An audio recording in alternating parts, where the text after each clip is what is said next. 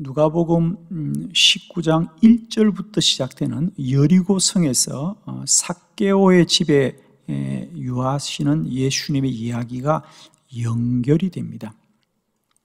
예수님이 이제 여리고 성으로 지금 가시는 길이죠. 가시다가 참 예루살렘으로 가시는 길입니다. 예루살렘으로 가시다가 여리고 성에 머물 때에 삭개오가 주님을 만나러 나왔고 예수님이 내가 너의 집에 유하겠다고 합니다. 그러자 그곳에 모인 사람이 다 수군거렸더라 그랬어요. 그죠? 수군거렸더라. 왜 예수님이 죄인의 집에 유하시는가라는 것이죠. 그러자 예수님이 아니다. 이도 구원을 받았느니라. 이도 구원을 받았느니라. 그러면서 내가 온 것은 바로 이와 같이 잃어버린 한 영혼을 구원하기 위함이다. 내가 하려는 것은 바로 이와 같은 일이다. 라고 하시면서 그곳에 모인 사람들에게 이 비유를 말씀하십니다. 주인이 종들에게 맡긴 그 사명, 그 사명에 관하여 주인은 반드시 셈을 할 것이다.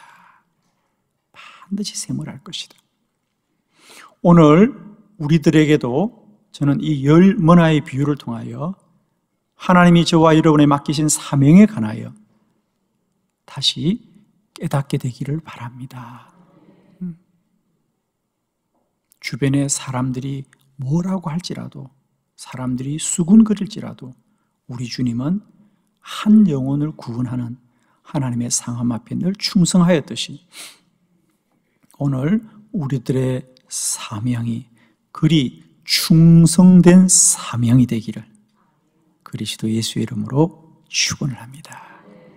자, 오늘 열 문화를 통하여 다시 우리 모두가 받은 사명, 그 사명의 가치가 다시 깨달아지는 귀한 은혜의 길을 축복합니다. 자, 여러분 받으신 주보를 참고하시면서 우리 말씀을 보도록 합니다. 첫 번째, 종들에게 한 문화씩 주었습니다. 우리 누가복음 19장 13절 말씀 다 같이 합독합니다. 시작. 그 종 열을 불러 은하 열 문화를 주며 이르되 내가 돌아올 때까지 장사하라 하니라. 아멘. 내가 돌아올 때까지 장사하라 하니라 그랬습니다. 오늘 이 비유의 큰 배경 중에 하나, 우리가 좀 잘 알아야 될 배경 중에 하나가 주인이 왕위를 받아오기 위해서 집을 떠났다 그랬습니다. 예수님의 비유는 늘 그 시대 사람들이면 누구나 듣고 쉽게 알 수 있는 일들이죠. 그 당시 이스라엘은 로마의 속국이었습니다. 그래서 이스라엘의 왕은 이스라엘 사람들이 스스로 세우는 것이 아니라 로마의 황제로부터 허락을 받아야 됩니다. 그래서 이스라엘의 왕을 세울 때는 꼭 로마에 가서 허락을 받아옵니다. 아마 예수님 당시는 헤롯이 왕이었다가 죽게 됩니다. 그리고 그의 아들 아켈라오가 왕이 되려고 로마에 가서 허락을 받았던 그런 사실이 있었지요.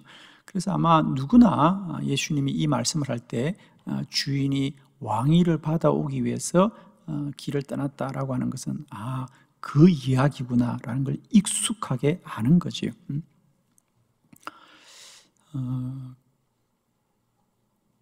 그런데 많은 경우에 그 왕위를 받으러 갔다가 실패합니다. 왜냐하면 유대인들이 청원을 내는 거죠. 그는 우리의 왕일 수 없다라고 청원을 내니까 로마에서도 함부로 왕을 임명을 못해서 종종 왕위를 받으러 갔다가 실패한 사람들이 있었습니다. 이 사실이 오늘 이 비유의 어떤 배경이 되겠습니다. 그러나 오늘 이 비유의 주인은 다행히 왕위를 받아서 돌아옵니다. 그러면서 이제 맡겼던 것을 셈을 하게 되는데 우리가 이 비유를 이제 달란트 비유와 혼돈을 하면 안 됩니다. 전혀 다른 비유입니다. 이렇게죠. 오늘 본문에 보면 그 종 열을 불러 은하 10머나를 주었다는 얘기는 뭐죠? 한 사람 앞에 한 머나씩 10명에게 주었다는 거죠. 달란트 비유는 보면 어떤 사람은 5달란트를 주고 어떤 사람은 2달란트를 주면서 왜 주었다고요? 각각의 재능에 따라 주었다 그랬어요. 그죠? 근데 오늘 이 머나의 비유는 그냥 다 똑같이 한 머나씩을 주었더라. 한 머나씩을 주었더라. 저는 첫 번째, 왜 예수님은 오늘 이 비유를 말씀하시면서 그 당시 돈의 화폐가 여러 종류가 있거든요. 달란트도 있고 데나리온도 있고 렙돈도 있는데 왜 머나라고 했을까? 왜 한 머나로 주인이 종들에게 주었다고 말씀을 한 주님의 뜻은 무엇일까? 그죠? 뜻은 무엇일까? 한 머나는 한 100데나리온을 한 머나라 그랬습니다. 한 데나리온이 예수님 당시에 사람들이 하루 일을 하면 주는 품삯 정도가 한 데나리온이라 그랬습니다. 그러면 한 머나가 100데나리온이면 한 석 달 정도 일을 할 때 받을 수 있는 품삯 정도죠. 그러므로 오늘 예수님이 주인이 종들에게 한 머나씩을 맡겼다는 얘기는 작은 돈이란 뜻을 하고 싶은 얘기입니다. 사실은 작은 돈을 맡겼다. 그런데 그 돈으로 장사를 하라 그랬다는 거죠. 그래서 오늘 예수님께서 주인이 10사람의 종들에게 한 머나씩 주어서 장사를 하라고 하였습니다 라는 얘기는 그게 쉽지 않은 이야기, 어쩌면 불가능할 수도 있는 일이다, 이런 뜻으로 말씀한 거예요. 작은 돈을 주고도 장사하라. 사실 장사를 하려면 그래도 어느 정도의 좀 이렇게 기반이 되는 돈이어야 되거든요. 그런데 한 머나를 가지고 장사를 하라, 그 얘기는 아주 작은 돈이었다, 이런 뜻입니다. 그렇습니다. 우리 주님이 첫 번째로 하시고 싶은 말씀은 우리가 맡은 사명은 어떻게 보면 한 머나처럼 작은 돈으로 보이지만 그것은 우리에게 매우 귀중한 사명이다. 귀중한 사명이다. 우리들이 맡은 사명이 사람의 기준으로 볼 때 그게 중요하고 또 커 보일 수도 있고 또 사람들이 볼 때 그렇게 안 보일 수도 있어요. 그러나 우리가 꼭 기억해야 될 것은 하나님이 우리 각자에게 맡긴 사명은 다 큰 사명인 줄 믿습니다. 다 큰 사명입니다.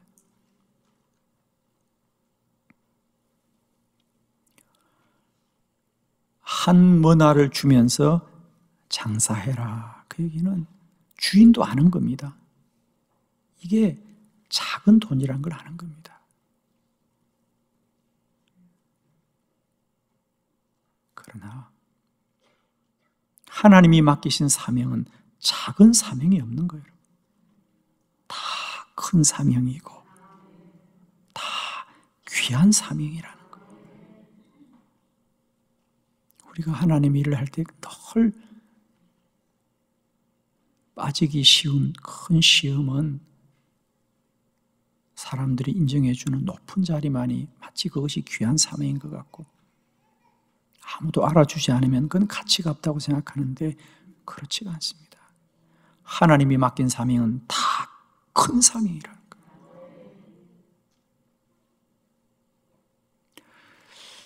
주님이 주신 사명을 귀히 여기는 은혜가 저와 여러분이 있기를 축원합니다. 그래서 나중에 보면 그 한 머나를 가지고 첫 번째 종은 10머나를 남겼습니다. 그럴 때 이 주인이 그 종을 칭찬할 때 그 종의 무엇을 칭찬하느냐? 야, 너는 참 이윤을 많이 남겼구나. 이걸 칭찬하지 않습니다. 거기 17절에 보면 주인이 이르되 그 한 머나로 열 머나를 남긴 그 사람을 향하여 착한 종이여 지극히 작은 것에 충성하였구나. 내가 너에게 참 작은 걸 맡겼는데 너는 그것을 작다고 생각하지 않고 그것에 충성하였구나. 나는 참 귀하구나 그랬어요. 두 번째로는 주인이 그들에게 장사를 하라 그럽니다. 장사를 하라. 그 달란트 비유에서는 그냥 맡기고 알아서 하게 하는 건데요, 여기서는 주인이 할 일도 정해주었다는 거죠. 다 같이 장사해라. 다 같이 장사해라. 우리가 하나님의 사명을 감당할 때 늘 우리는 이렇게 말합니다. 그건 제가 잘 못하는 일인데요. 그건 제가 잘 못하는 일인데요.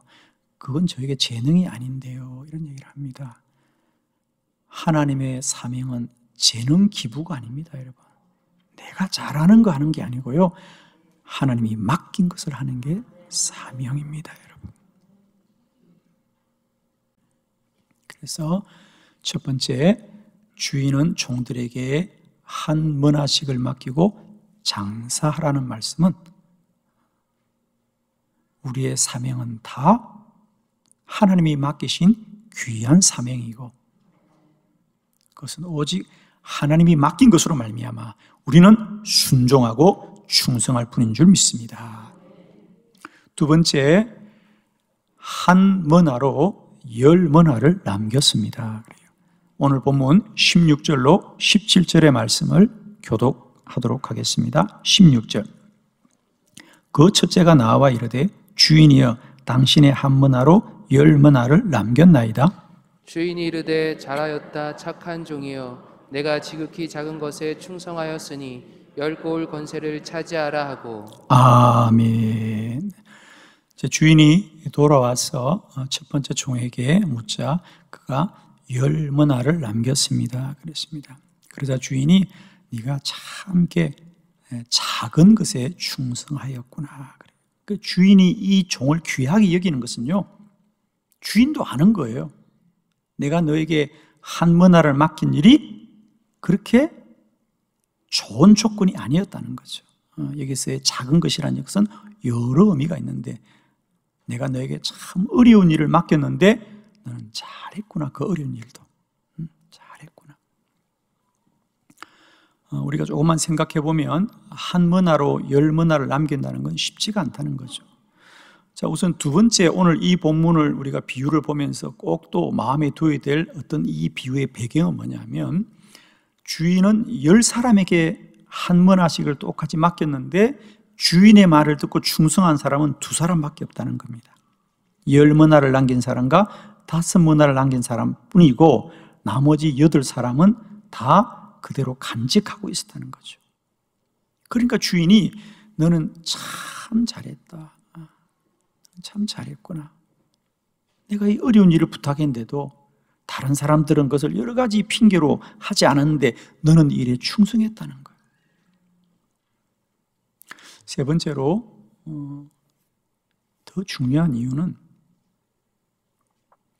주인이 왕위를 받아서 돌아오리라 그런 확정이 사실은 없습니다.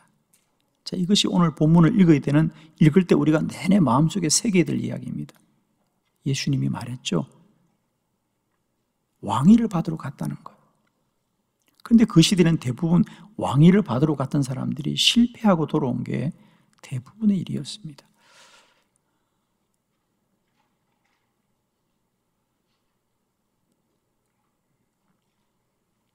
그렇습니다. 이 사람은 한 머나이고 장사를 해본 적도 없고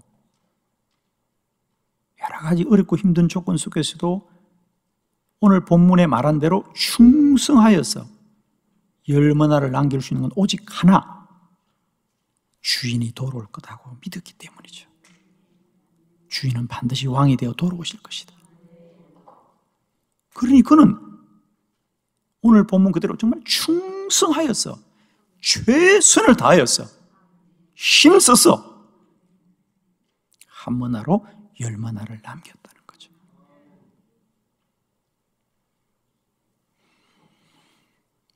우리의 사명이 아무리 힘들고 어렵더라도 우리가 핑계하지 말아야 될 것은 우리 주님은 반드시 마지막 날에 우리들의 사명을 셈하십니다. 세 번째, 한 머나를 수건에 쌓아두었습니다. 그래요. 자, 오늘 누가복음 19장 20절로 22절의 본문을 교독하겠습니다. 20절, 또 한 사람이 와서 이르되 주인이여 보소서 당신의 한 머나가 여기 있나이다. 내가 수군으로 쌓아두었나이다. 이는 당신이 엄한 사람인 것을 내가 무서워함이라. 당신은 두지 않는 것을 취하고 심지 않는 것을 거두나이다. 주인이 이르되 악한 종아, 내가 내 말로 너를 심판하노니 너는 내가 두지 않은 것을 취하고 심지 않은 것을 거두는 엄한 사람인 줄로 알았느냐. 아멘. 제 세 번째 종에게 물었습니다. 그러자 이 세 번째 종은 저는 한 머나를 그대로 가지고 있습니다. 여기 있습니다. 그랬습니다. 그러면서 말하기를 그는 그 한 머나를 수건에 쌓아 두었더라. 그래요.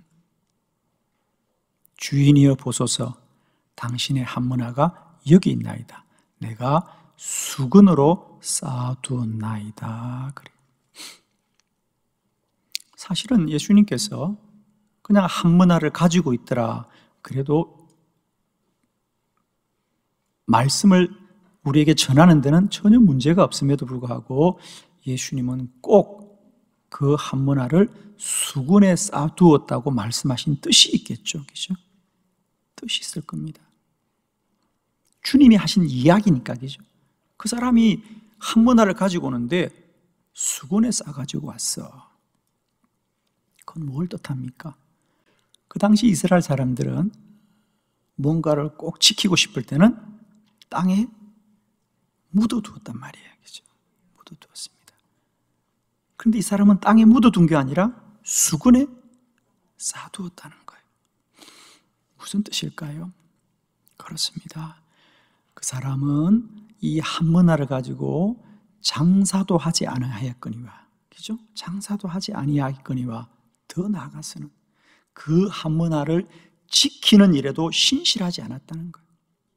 정말 이 한 머나를 지키려고 했다면요, 수건에 쌓아두면 안 되죠. 그건 땅속에 묻어둬야 되는 거죠. 그러지 않았다는 것을 주님은 말씀하고 싶은 거예요. 그래서 주님이 말씀합니다. 나는 너의 말로 너를 심판한다는 거야. 너의 말로 너를 심판하노니 네가 정말 내가 맡기는 한 머나를 남기지는 못하고 그걸 간직하려고 했다면 땅속에 묻어둬야 됐었지. 수건에 쌓아두었다는 얘기는 말로만 내가 주인을 두려워한다고 하지만 너는 나를 전혀 두려워하지 않았다. 그러면서 주인이 정말 이 종들을 책망하는 진정한 이유는 뭐죠? 그래요.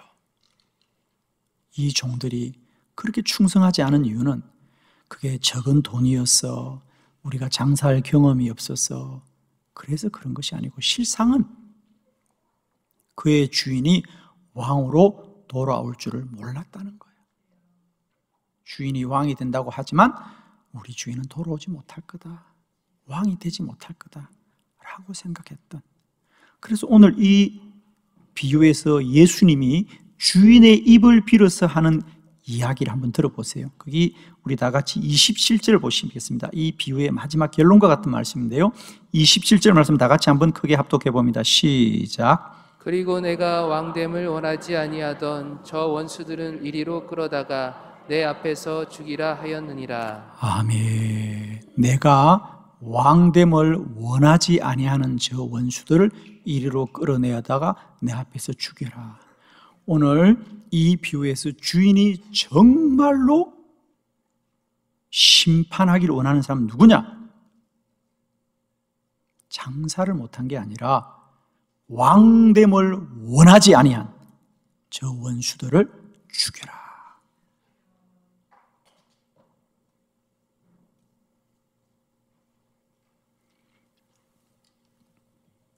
오늘 한 문화도 남기지 못한 이 불의한 종들의 문제는 능력의 문제가 아니고 실력의 문제가 아니고 믿음의 문제다.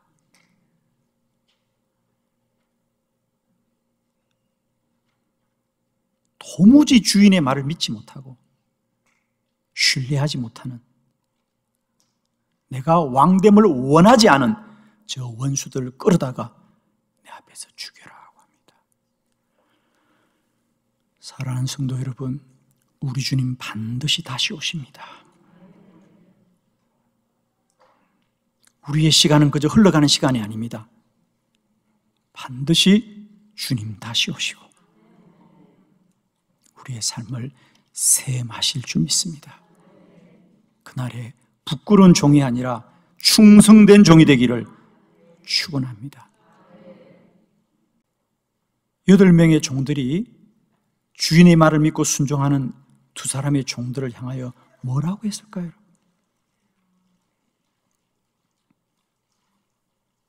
주인이 오지도 않을 텐데 주인의 말을 믿고 땀을 흘리며 충성하는 저들이 어리석어 보이지는 않았을까요?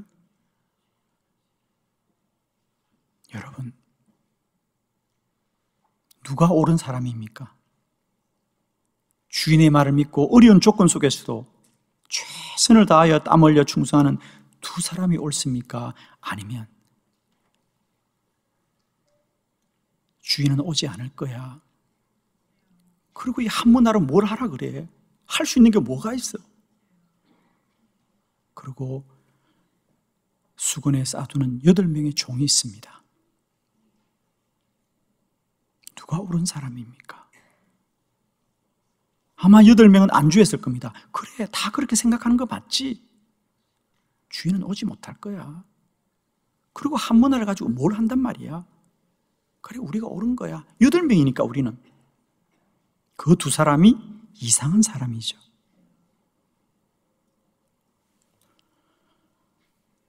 사랑하는 성도 여러분, 나의 사명의 기준은 무엇입니까?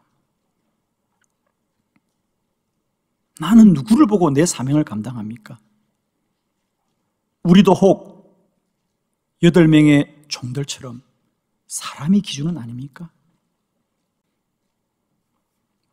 저는 오늘 이 설교를 준비하는 마지막 시간에 어젯밤에 마지막 원고를 정리하는데 불현듯 설교가 저에게 이런 물음을 던졌습니다. 너는 이 10명의 종들 중에 어떤 종이냐? 너는 이 10명의 종들 중에 어떤 종이냐? 비유가 저에게 물음을 던졌습니다. 나는 과연 10문화를 남긴 종일까? 나는 과연 5문화를 남긴 종일까? 아니면 나는 수건을 싸고 있는 종일까?